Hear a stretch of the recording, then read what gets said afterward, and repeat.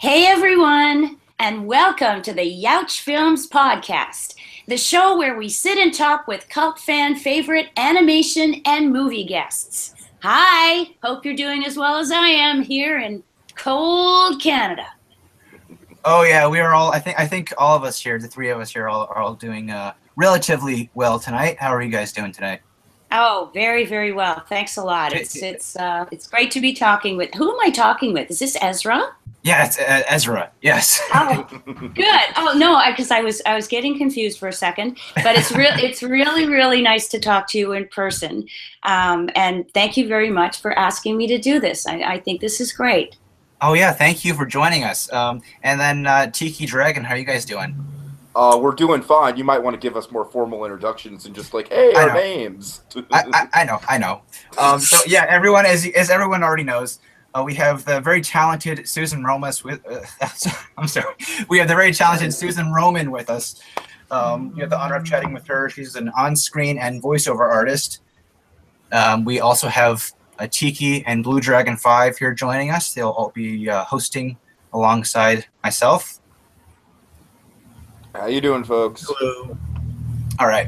So, yeah, Susan, I guess we already introduced ourselves and everything. I guess without further ado, without further ado, could you tell us a little bit about yourself? How you got involved in this amazing industry that is acting and voice acting? Yeah, sure. Well, I've been doing it for, a couple of years, a couple of thousand years, sometimes it feels like. And well, it started, I was an on-screen performer, and I actually used to have a television series here in Canada. And one day my agent said, they're casting for an animated series. Do you want to give it a try? And I said, that sounds fantastic. I'd love to. And I got the part, and I just absolutely fell in love with it because I am theatrically trained, and I was, kind of wondering if I'd ever get to use that training. And animation, believe it or not, gives you the chance to get real. And, you're not just talking about price points, and you're not just playing the assistant to the assistant to the assistant DA, which is what the parts are here in Canada very often, unfortunately. So I really loved it. And it was a chance to play all sorts of different characters. And I started doing it more and more. And then eventually I said, why do I have to go through the stress and strain of doing on-camera stuff and, constantly worrying about my cellulite when I can just go into a studio and talk. And Yeah, right. be by myself, and it doesn't matter what I look like. It doesn't matter. None of that stuff matters. It's what's coming from my heart and my soul that gets translated, into sound somewhere, and then gets paired up with what the animator has, decided to do. So it's very collaborative, which is what I like too. So yeah. So it's been very, very much fun. I'll say that. Yeah, I think animation is like probably my favorite form of storytelling because it's like you said, it's the collaboration of so many people, and live action is like that as well. But with animation, especially being a voice actor and being able to voice the characters you're seeing on the screen, that must be amazing. What is that? What is that? Your first impression of that, seeing your voice come out of this animated character. Well, it's interesting because if we're talking about anime, as you know, it all comes in from Japan. Well, most of it, 90% of it, comes in from Japan, having already been animated. So when you're working on shows like that, I also did, Bakugan and other stuff that's come in from Japan. So you're dubbing it, and you have to fit yourself into the rhythm that's already been established. But the bulk of the animation that I've done, and I've been doing it for over 25 years, was original animation. So I would go into the studio and I would record my part, and then it would get sent off. It would get the sound would get mixed. and it would get sent off to the animators, many of whom were here in Canada, in Toronto, and they would animate to my voice.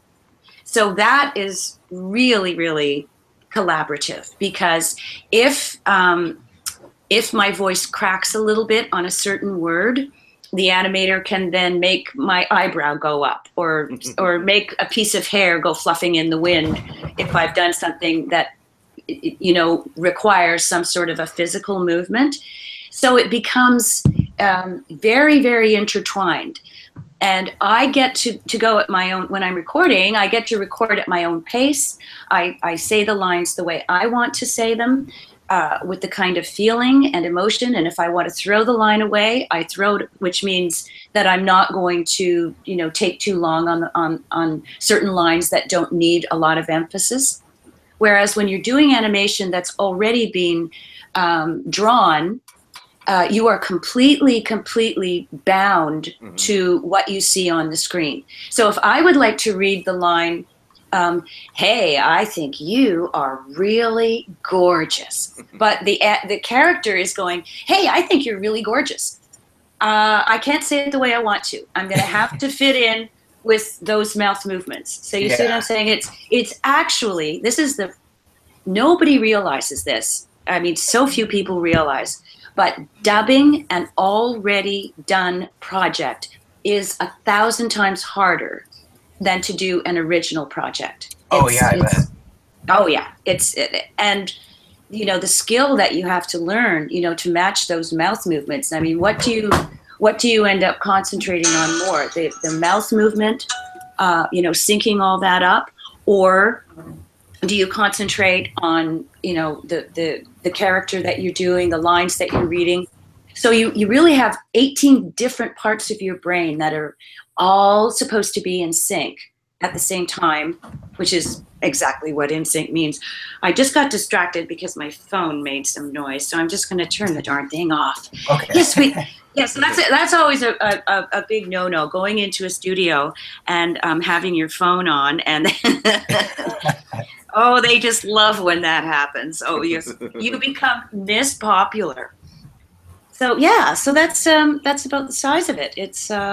It's really an interesting thing, and sometimes I get a little upset when I watch animation that's being dubbed and they haven't really taken enough time or whatever to make those mouth movements match the dialogue. That just, I just sometimes I look and I go, oh, come on. Oh yeah.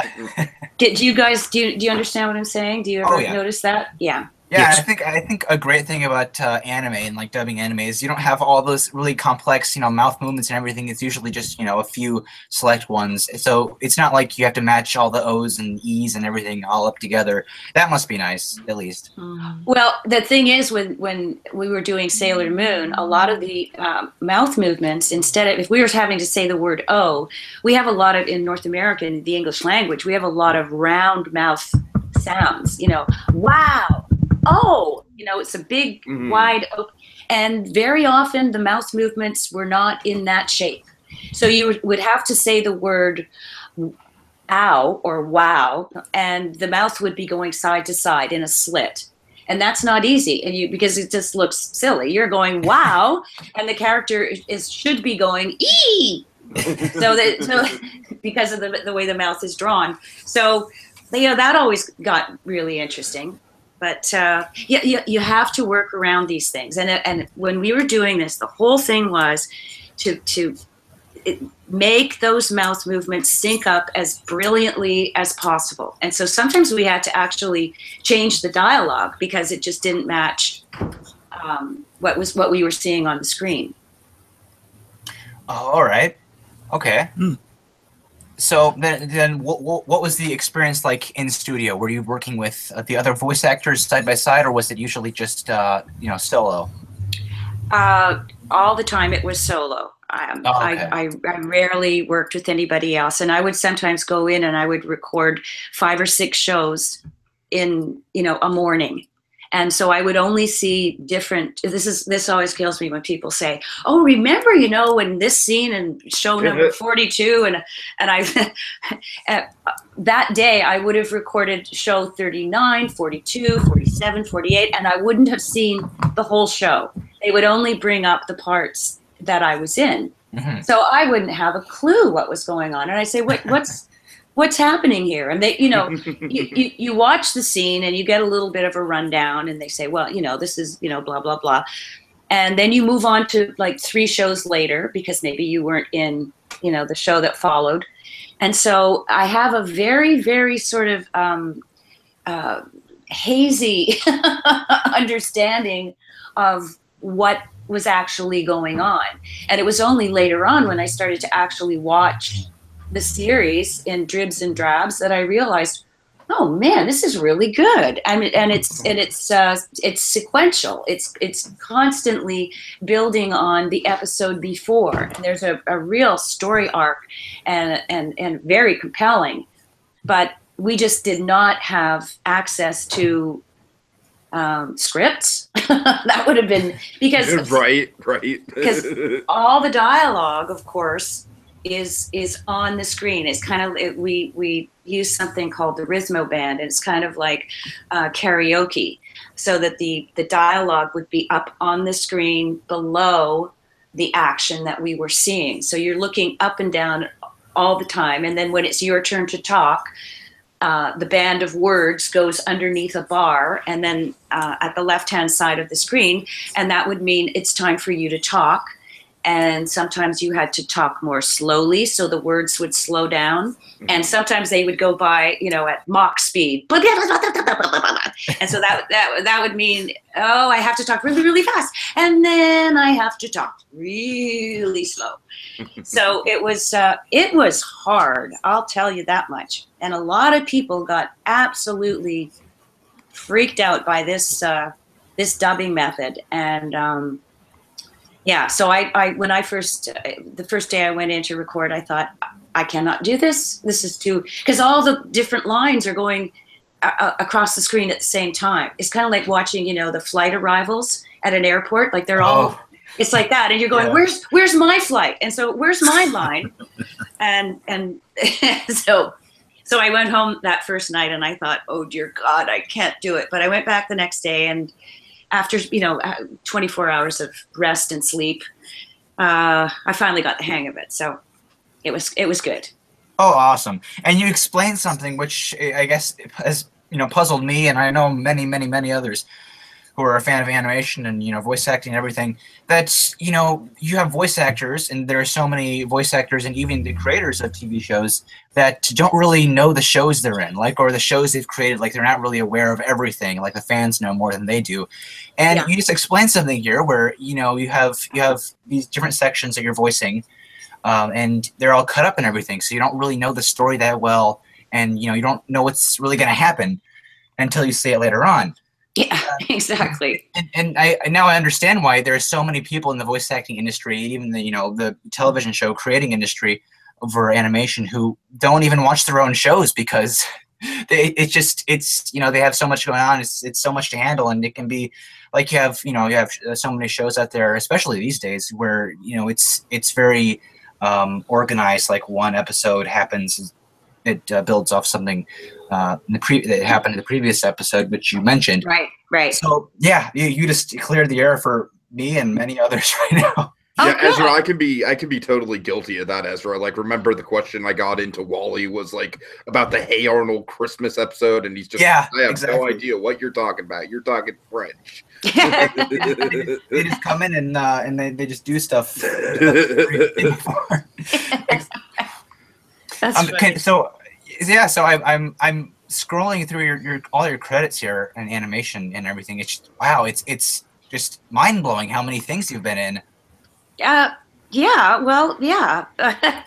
it's the good thing is, as I was saying, is that Toronto was really a mecca for animation back in the day. I mean, we had the big animation house called Nelvana. You know, they did Care Bears. They did a wonderful feature film that actually I was just looking at the other day called Rock and Rule. And I actually played the speaking voice of Deborah Harry in that film. And it's kind of like has turned into a cult favorite. I always wonder if it is that cult favorite. What does that mean? Like, there are 9 people on the face of the planet that really like it. I don't know what it really means, but no, there are. It's wonderful, you know, and because it was just so far ahead of its time. And yeah, so Nelvana was just huge. And as I say, the animation was done here in Toronto. And it's just wonderful to sometimes, you know, you can see some of the, you know, the liner notes they have, well, they don't call it liner notes anymore, but that where, you know, the special features, the bonus features, you can actually see the animators working away on, it's like the way they used to do it in the olden days, page by page by page, you draw that character and the movements are changing, you know, infinitesimally, and that means that she's just lifting her hand to wave, and the animators, yeah, and the animators drawn that page about 7,000 times. I mean, they have to have the patience of saints. Of course, that kind of animation it doesn't get done anymore. It's all, you know, computer generated or whatever. But to see, or other ways, but to see the old way. And, you know, it's funny, I met an animator. We had a wrap party for a film that I did, another film that was ahead of its time. It was called Heavy Metal. Yes. And I played the yeah, and that is truly a cult favorite. Yeah, so definition of a cult classic, right there. Cult classic. So I played the girl in the Harry Canyon sequence. Oh yeah. And there was a rap party, and I was at the rap party, and I ran into somebody, probably at the bar, and he said, "Who are you?" And I told him, and he said, "Oh, I believe it or not, I animated your character." And I said, "Really?" Really? He said, it's so nice to meet you. You don't sound at all, you don't look at all the way you sound. And I said, "Is that good or bad?" And he said, "Well, you sounded pretty hot." And I said, "Well, you know, that was the character." And I thought, I went home afterwards and I said, "I guess I don't look pretty hot, but you know, well, no, he was an idiot. When I was 28, when I was 28 or 29, I did look hot. So that was not the problem. She was a knockout. He was a knock. So what he said, you know, sometimes I would get so tired because we worked so hard on this, and there was a schedule, and they would be working, you know, 18, 19, 20-hour days sitting and drawing these characters. And he said, you know, I kind of got bored. And so I thought one night, I think because there's a little bit of nudity in the Harry Canyon sequence. And he said, I think I'm going to make her breasts bigger today. So if you look at the finished product, so everybody just go out and just look at the Harry Canyon sequence. We'll look at the whole film because it's just terrific and the music is terrific. But if you look at the Harry Canyon sequence, you will see that she definitely enlarges during the scene that he's talking about. I thought that was hysterical. And I said, weren't you afraid that you would get in trouble? And he said, "No, I didn't think anyone would notice." And I said, "Really?" Anyway. You know, that reminds me of something that happened. I was watching a documentary of the show The Powerpuff Girls, and there's a character in that show named Miss Bellum, and the network was opposed to having Miss Bellum in the show, at least looking the way she did, because of her cleavage. And really? So what they did is they just told the network they have to make up for the lack of face somehow. You know, it's gonna. So what they did is they told the network they would I guess tone down her appearance, and then they just went back and erased all that later, and just continued on the way they had before, and just didn't care what the network said. And the network, I'm guessing the network didn't really catch them or something. I'm not sure, but yeah. Oh wow. Yeah, just funny story there. I thought that was kind of fun either. Censorship can be a funny thing. You can say, "Oh yes, we changed it. We toned it down here a smidge," and then just go on forward. Just let's keep it the way it is. Rarely, if you say on paper you change something, you change something. It's amazing. It's amazing what people will accept. So after Sailor Moon, what did you get involved with? Again, there's so many here. I had a hard time keeping track of which one came in which order. Well, yeah, quite a few. Well, there were some that obviously maybe didn't air in the United States, but I think you guys got Care Bears and you got Strawberry Shortcake, and I also did. There's an animated series called Little People, and that was Fisher-Price Little People. That was also terrific because I got to play the twins, and there was a little girl and a little boy. So that was fun. One of my favorite all-time ones, series, and I don't know that you got this in the United States. It's called Tintin. Oh yes! Oh my goodness! You were Snowy. You were the dog, right? Oh man! Yeah. I don't warm up for that sort of thing anyway. It's like you go in the booth. It's like you got to channel your inner dog. Yeah. Channel your. The funny thing is, when we auditioned for that, originally the dog was supposed to speak. So I went in and auditioned, and he had lines. And just at the end of the audition, they said, "Oh, before you go, can you lay down a few barks for us?" And I said, "What? Barks?" I said, and I thought, you ask an actor any like, can you ride a horse? Oh yeah, sure. That's, you always lie, of course. So I said, yeah, barks. Oh yeah, of course. So I said, can you give me a second? So I just kneeled down away from the microphone, and I just, into my cupped hands, I went, arf, arf, arf. And I said, okay, that's going to have to do. So I stood up and I said, okay, here I am. I'm going to start barking. And I, barked my fool head off. About a week or so later, my agent called and said, you got the part, but there's no dialogue anymore. He's just barking. And I said, you've got to be kidding. Oh my God. And it turned out to be one of the most fun things I've ever done, because this dog was constantly falling off cliffs or falling into oceans or falling out of airplanes. I mean, it was amazing. So there was, it's just, here he is. He's happy. And then he was always drowning. So I would always bring a big glass of water in and just kind of drown myself. And so it was really so much fun. And I would drive home every day and I'd say, well, it's come to this, that I get to go in and bark for 45 minutes and then I could pay my mortgage. I mean, it's just amazing. How did I get so lucky? Right. That's got to be like one of those, golden opportunities where, it only pops up every once in a while for, a select amount of people. And it's just so much fun. So easy. Oh yeah. And it was easy in one way, but it was also a chance to be creative. And that doesn't come up, a lot of times. Sometimes, especially if you're playing the ingenue, it's kind of a straight part, a straight girl. I mean, that's what was so great about doing Sailor Moon, is that none of those girls were common or typical. Mm-hmm. And that's what I really loved, that you got to be really angry, and you got to be sad, and you got to be funny, and you got to be, maybe a little coquettish or whatever. You got to do all the things that a normal teenager would do. So that was really fun. That's what I loved the best about Sailor Moon, and I still love that about it. That it's so much rounder, because back in the day when I first started doing animation, the female parts were very, very, very white bread.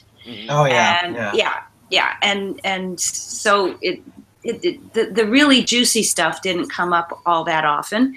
And so when I first saw Sailor Moon, and I saw the way it was drawn, with these really exaggerated facial movements that in the olden days they would have said, oh, that's too that's too ugly for a girl to look like that. Girls should, you know. Yeah, sure. Yeah, girls should always look pretty and all of that. Well, of course, it was created by a woman, and so she created something that, you know, represented much more closely real life, I think. So, well, at real life in Japan, where everybody wears skirts that are, you know, 4 inches long. But so yeah, I mean, just jumping back to Tintin and everything, if you don't mind, I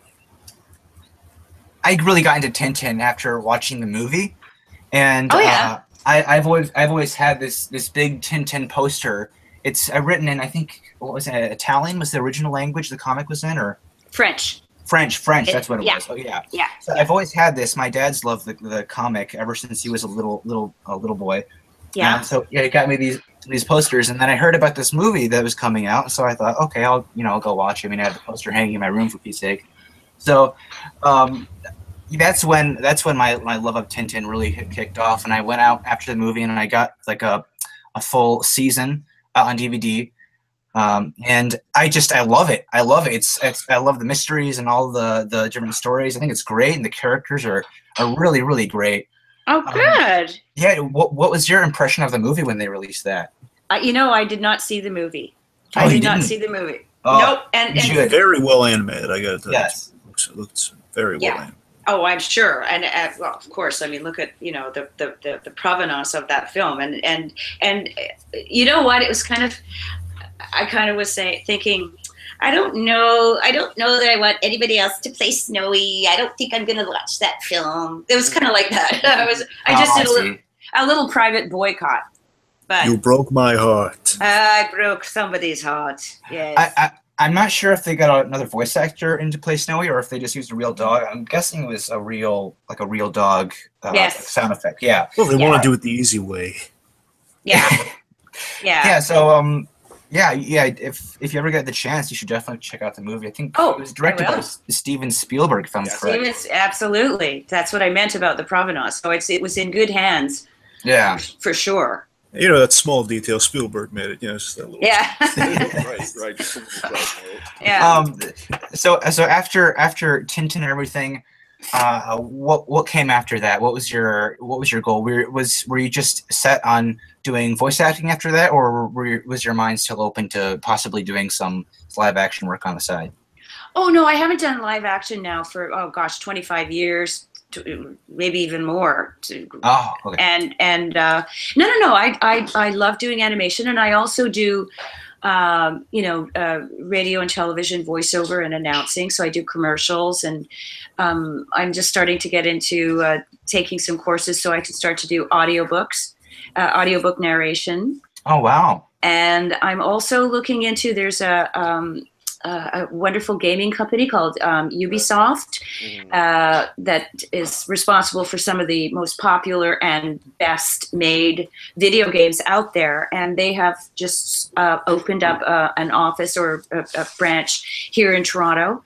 And so I'd love to try my hand at that. Now, of course, video game performing is completely different than animation, because it's way more film-like. It's way more realistic. They want it to be, they don't, in fact, we had a wonderful seminar a couple of weeks ago, and they were describing what it is that they're looking for.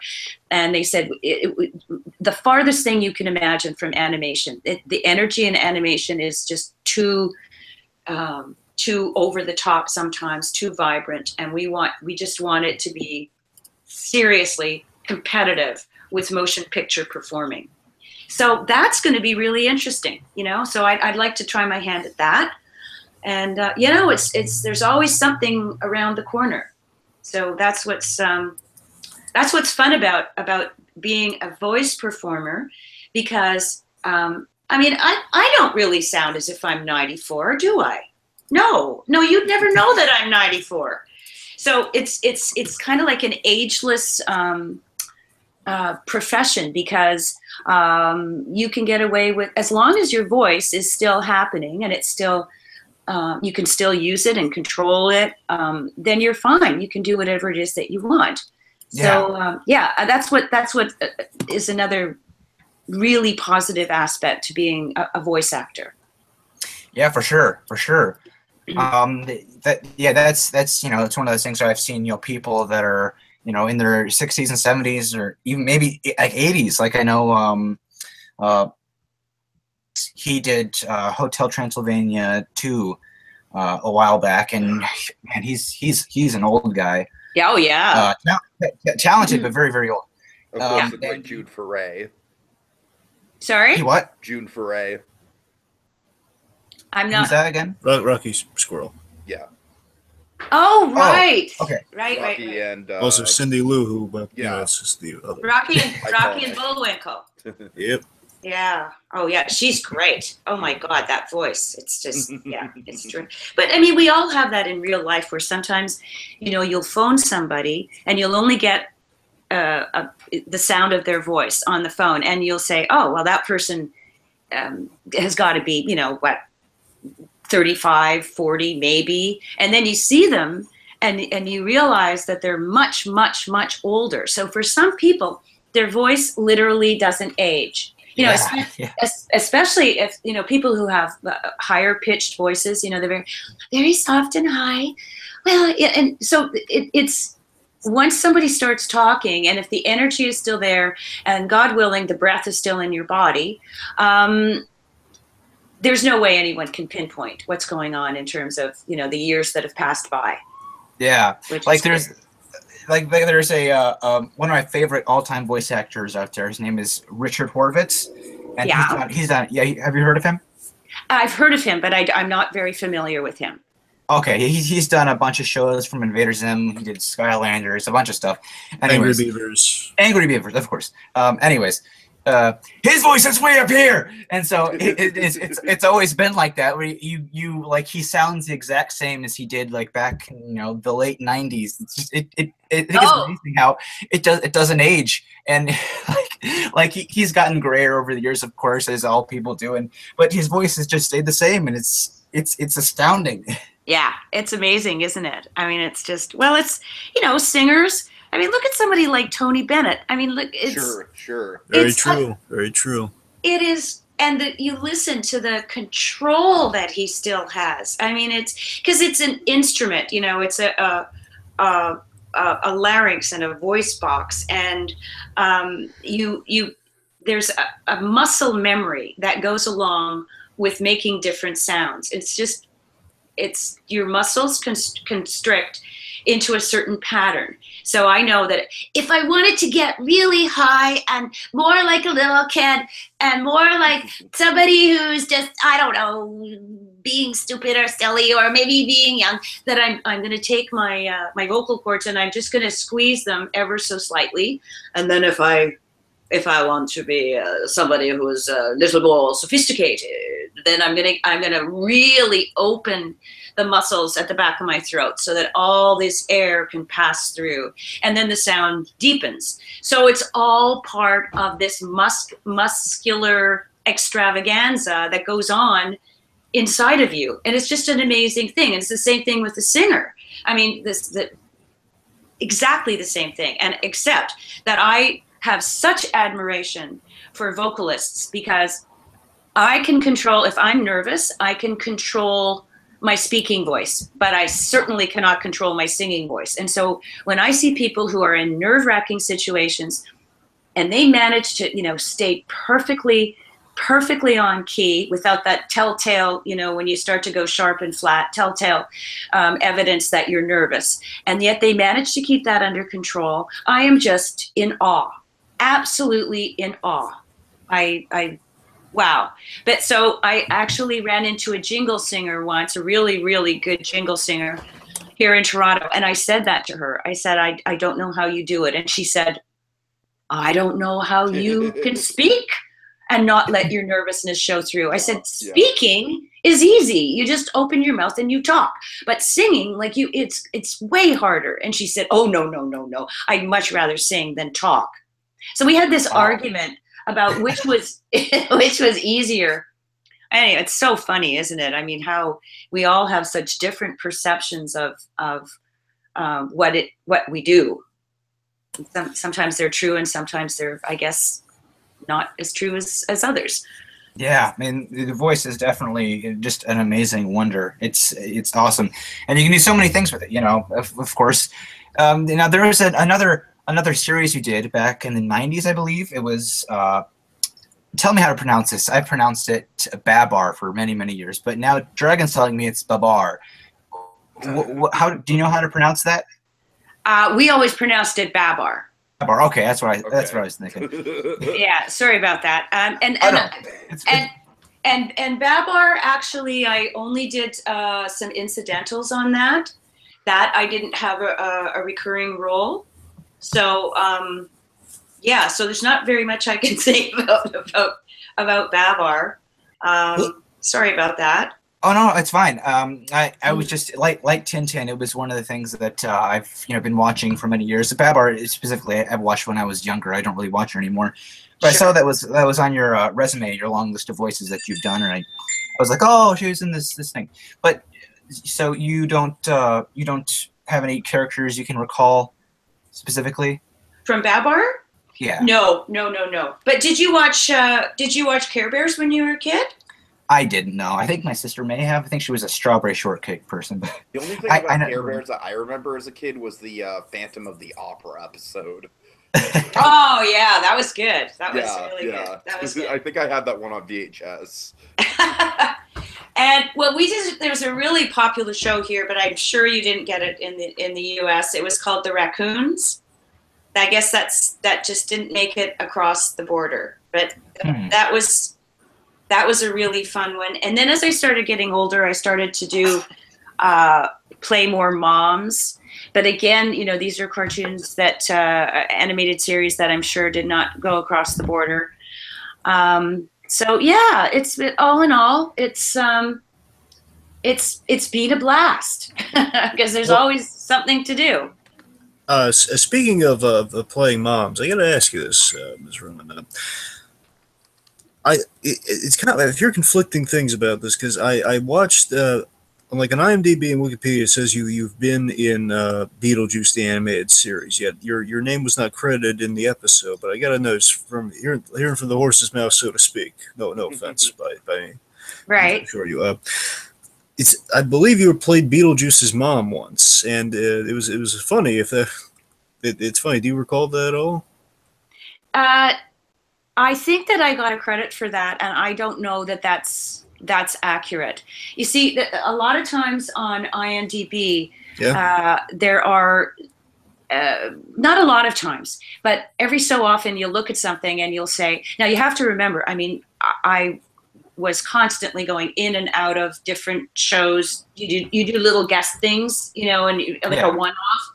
So it's really difficult to remember everything per se, but I'm pretty sure that I did not, or maybe I did. I'll go home and check it out. I mean, I can tell my voice in a heartbeat and from 50,000 paces away.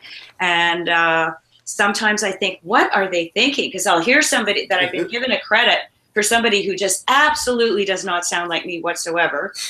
And every once in a while I haven't written anything on IMDb, but I'll write to a website that has me credited for something, and I'll say, please, you got to give the right person credit for this, because this is just totally not me. Mm-hmm. There are some on the Avengers and X-Men. They have me credited for a couple of things that are Scarlet Witch on the X-Men. Yeah, I didn't do that. Oh, really? Wow, that is astounding. I mean, everyone. They keep saying, "Lady, swear up and down that you've been Scarlet Witch." That's astounding. Yeah, and listen, go back and listen to the samples. Like some of those websites will have. I think like Who Did That Voice, or not Who Did That Voice. The voice that I think the actors behind the voice, or the voice behind the actors, or whatever that website is, and they compare different people who have done different parts. So if you listen to the sample. It's really clear that it's not me. I mean, she has a different accent. It sounds like there's a little bit of British in there, and that's just so not me. So no, I did not do that. And then there's something. Another one that I was credited for. What I did do on the Avengers was Moonstone. Is it Moonstone? Yeah, Moonstone. That was it. Yeah, oh, that now, I think that one was, what was that? Who's your friend, Tigra, or something like. I listened to it. That sounds it. Oh, I remember. The line is, "Who's your funky friend, Tigra?" And I said, I listened to that about 3 times in a row, and I said, okay, that is definitely me. And I must have like burnt out my tonsils on that one, but that definitely was me. So, but I don't think I got a credit on that one on IMDb. So this is all by way of saying that sometimes they'll post things that are not as accurate as they should be. Yeah, kind of weird. Oh well, I tell you, it's it's kind of funny too because like that Scarlet Witch thing is it's like a hugely important episode in the X-Men too because that's like when they find out Magneto's their father. So it's I think it's why like it's so kind of like, and here's who did the voices in that episode. I think that's why it's kind of brought up a lot. That yeah. Well, unless apparently they had different actresses doing that voice. Yeah, I think it was not the same person all the way through, if I'm correct. Okay. I'm not sure. I don't know, but if anyone finds out, just let me know.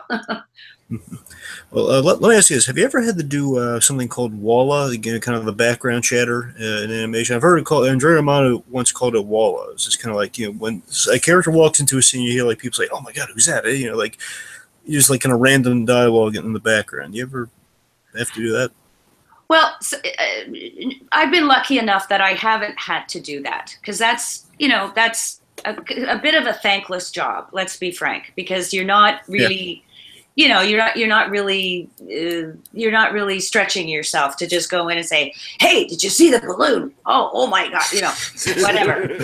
It's not. But sometimes on our own shows, we will do background Walla because they'll just say, "Hey, listen, we need some more background Walla. Can you just fill in here?" And you say, "Sure, of course I will." So you just, sit there. It's usually the crowd looking up at the sky. Is it a bird? Is it a plane? Or, it's always the crowd is always reacting to something. So a lot of times, people who do background Walla, it can really hurt their throats a lot because a lot of it is in some sort of extreme reaction to something. So it's extreme crying or yelling or fear or whatever. So that's that can be really tough on the old vocal cords. And that's the one thing you do not want to do is blow out your vocal cords doing something that no one will really ever notice. If you're gonna blow them out, you make sure that it's for something that's really excellent, because that's your livelihood. And if you yell and scream too much, you're going to wake up the next day and you will have lost your top end and your bottom end, and it's horrifying because it's you go into work and you can't do anything because you've lost half of your voice. It's just not good. Yeah, and a lot of these people, I'm sure not all of them, but a lot of the people who do this background Walla stuff, they never even get credited. So you're not even credited. You don't even have that as something on your resume that show I've done this, I've done that. But your vocal cords are still lost. So. Yeah, exactly. Well, yeah, I gave it all at the office, and for what? No, they're never credited ever. You're absolutely right. So there's it can be pretty thankless. Yeah, there's I think you were talking about this before. Just people who are already doing big character voices in their own shows and everything, and just brought in to do some extra stuff on the same day after the whole session is finished. So yeah, I think that's probably what a lot of people do. I really don't see the point in bringing fresh people in to do background voices. Well, sometimes you just really need a lot of voices. If it's a really big crowd scene, then you're going to have to do that. And everybody ends up doing it at some point. You just go in and fill in. And it's typical. It's very often it's murmuring, like it's the crowd murmurs. So it's just a Risa,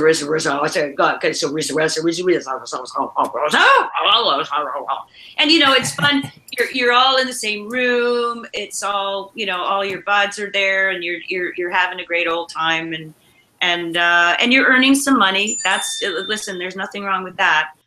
But you're right. You're not ever going to get credited for, doing background wall. It just is not going to happen. For sure.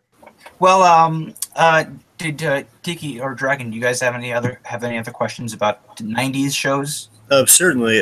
Well, this one, I forget if this one, actually this one might skirt in the 80s a little bit, but let me ask you this. Ms. Roman, do you recall playing Ann Lewis in the RoboCop TV series, the animated series?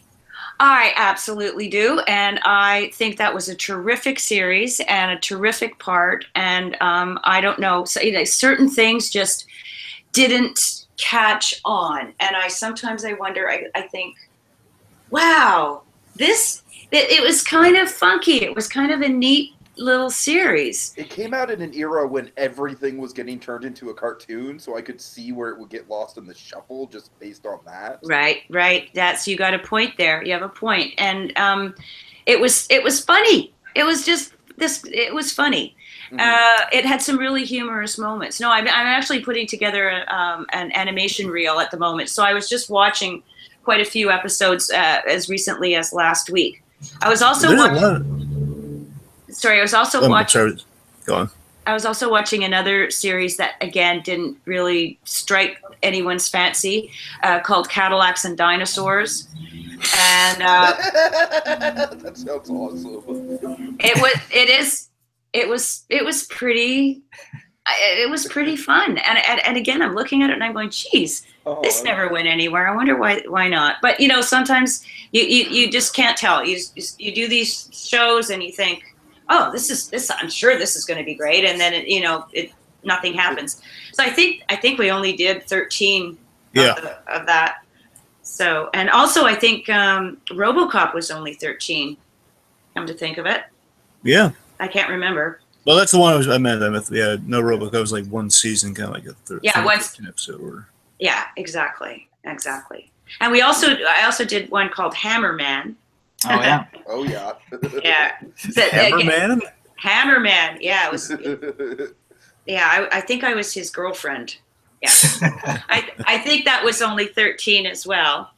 And another one called Pittsburgh Pigs. You have all these 13 episode things that you just forget about immediately. it was kind of like creators and producers and everything were just throwing things to the wall, seeing what stuck.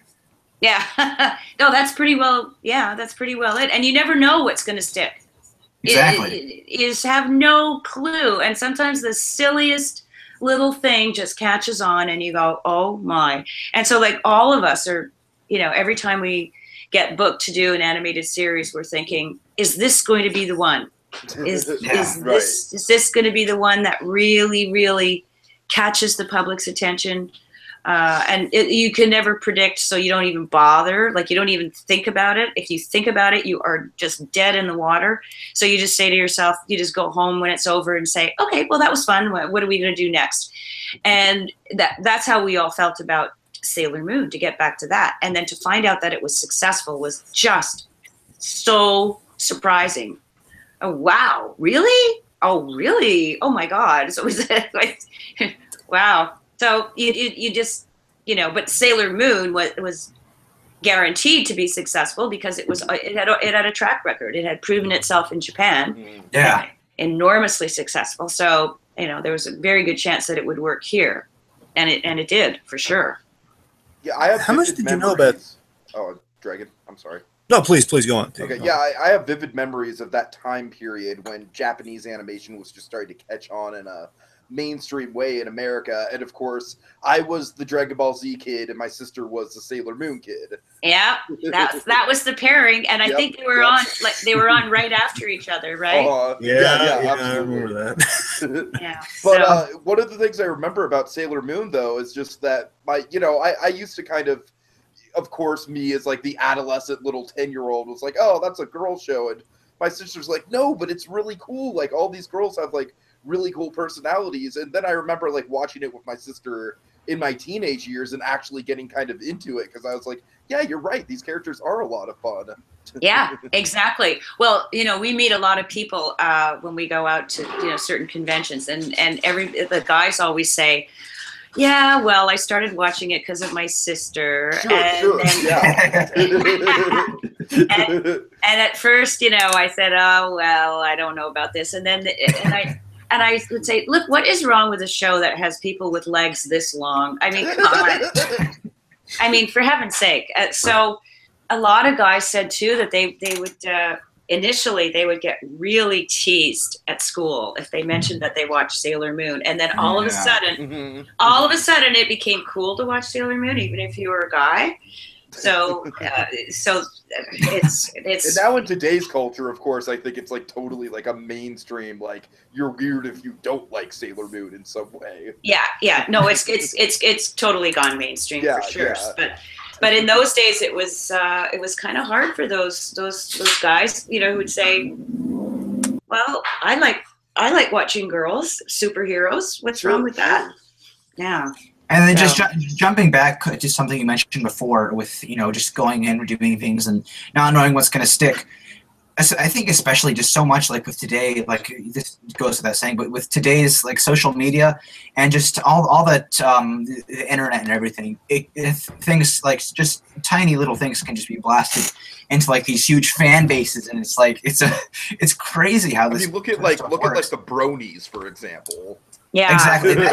Speaking of that, it's another one of those things where I'm not sure how big that the whole fan base there is anymore. I'm not sure how big that is anymore. But no, but it was like a big mainstream thing. Like they would do like news. Well, they have a nickname, so it must be big.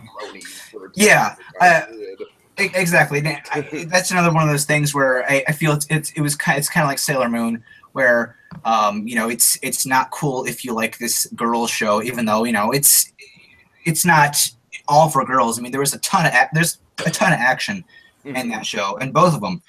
I think that those two things, in some way or another, fall into the same category. It's just it's funny, Ezra. Like I've met people in real life who are bronies, and they always feel like they're like coming out to me, like they're ashamed of it. And I'm like, and I always say, like, dude, good writing is good writing. You know what I mean? It's exactly. Like, I haven't watched the show myself, but it's like if it's well written and you can relate to the characters, there's absolutely nothing wrong with that.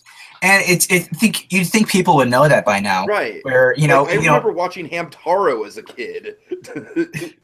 Some people are just too thick-skulled to even get that whole concept through their brain. Some things are okay, and But anyways, Dreg and Tiki, do you guys have any other '90s TV show talk? Yes. Well, to get back on RoboCop for a moment, two things I was wondering. Did you study Nancy Allen at all for the role?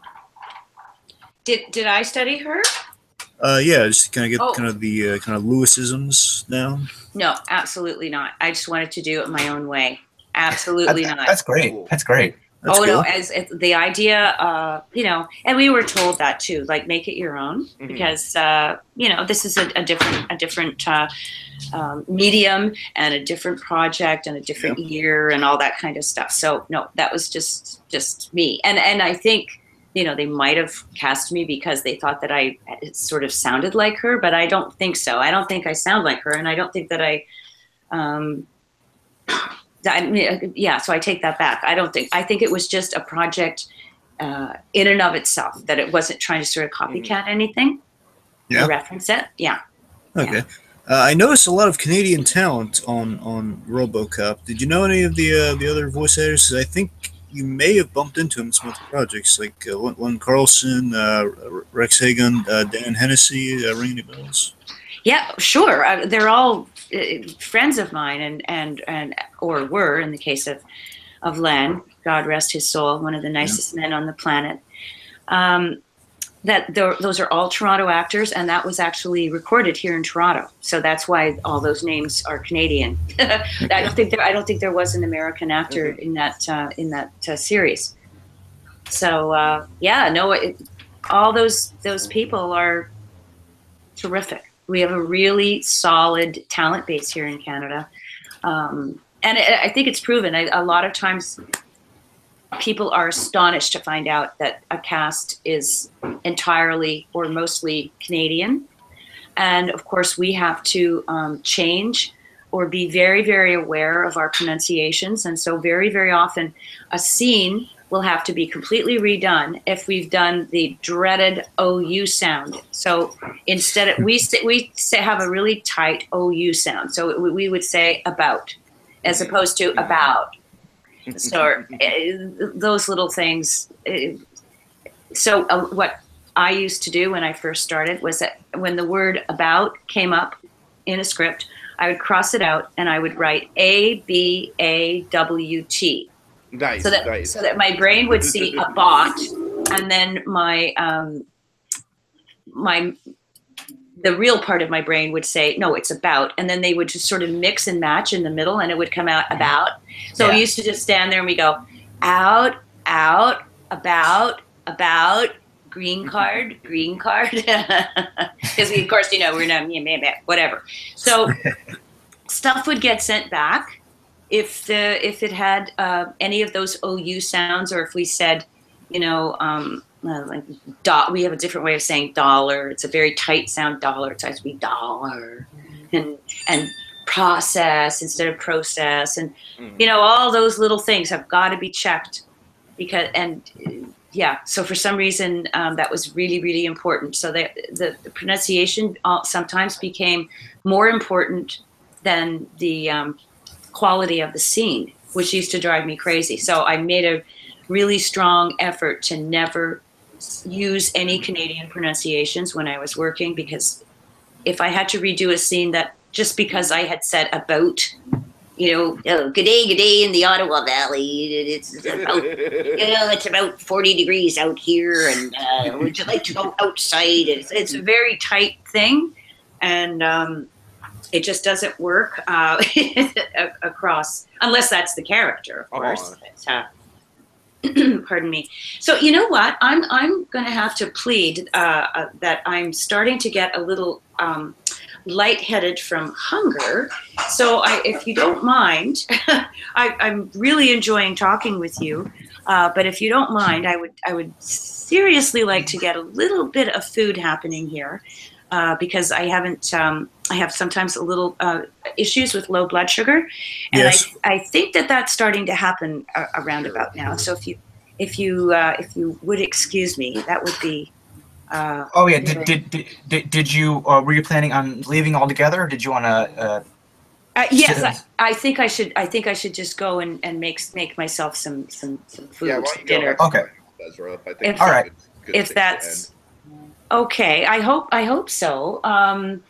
Because otherwise, because I could just, it's like, diminishing returns. Yeah, that my brain starts to go into, we must have food. right. or else every ounce of intelligence we have will go bye-bye. All righty, that's perfect. That's perfectly fine. Did you, I had some questions regarding Thomas the Magic Railroad, and I know there's a few people out there who are watching right now who are wondering about that. Did you want to come back on some other day, or later tonight, or whenever it's convenient? Sure. Why don't you we'll just get in touch and do part 2? How about that? Not tonight. I can't do it tonight. Oh, that's fine. But yeah, what is that thing? You always leave them wanting more, right? Exactly. Totally. I feel there's like obviously there's a ton of stuff we haven't touched upon yet. So it'd be great if you could come back in the near future sometime. We could finish this up. That'd be awesome. If you want me to keep talking, I will definitely love to keep talking. Okay, at another date, and I'll have like 14 ounces of a big steak before I start. Well, great. Okay. All right. Well, everyone, I'd like to thank all of our people who are tuning in right now for watching. We'll be back with part 2 in the near future. Don't forget to subscribe and all those great things. I'll see you all later. Thank you. Thanks, Ezra. Thank you, Ms. Roman. Okay, take care.